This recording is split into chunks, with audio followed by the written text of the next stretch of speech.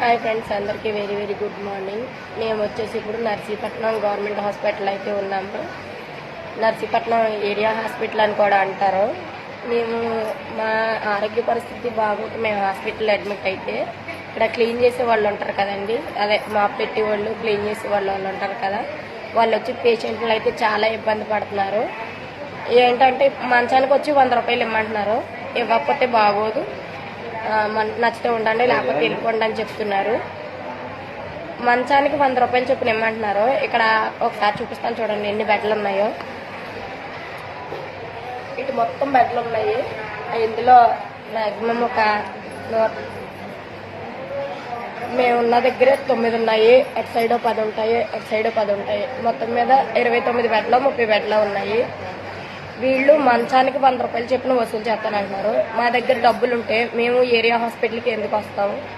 డబ్బులు లేకే కదా మేము ఏరియా హాస్పిటల్కి వచ్చేది. గవర్నమెంట్ హాస్పిటల్లో అంతా ఫ్రీ అంటున్నారు.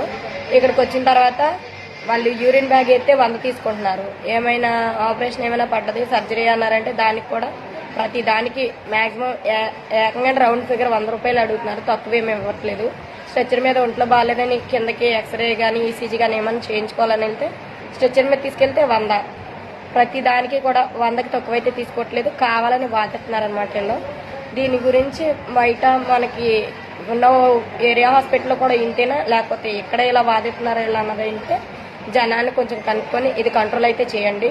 ప్రతి ఒక్కళ్ళు కూడా చాలా ఇబ్బంది పడుతున్నారు.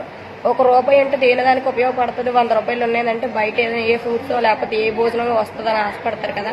5 రూపాయలు అన్నా క్యాంటీన్కి వెళ్ళి తిని రావడానికి ఇబ్బంది పడుతున్న రోజుల్లోని ఇప్పుడు వీళ్ళు కావాలని వచ్చి మనిషికి 100 రూపాయలు చొప్పున ఇచ్చేయమంటే ఎక్కడ ఇచ్చేయగలరు చెప్పండి? మేము అలాగని అడిగామనేసి మళ్ళీ తిరగబడుతున్నారు వీళ్ళే. ఈ రూమ్ మొత్తానికి కూడా చాలా మంది అడగడానికి అయితే సిద్ధంగా ఉన్నారు. నిన్న కొంతమందిని అలాగే డిమాండ్ చేశారంట. ప్రతి ఒక్కరు కూడా ఇలాంటి డిమాండ్ చేయడం అయితే కరెక్ట్ కాదు. వాళ్ళకి శాలరీలు ఆపేయండి. అలాగైతే మేము మనిషికి 100 రూపాయలు చొప్పున ఇస్తాము.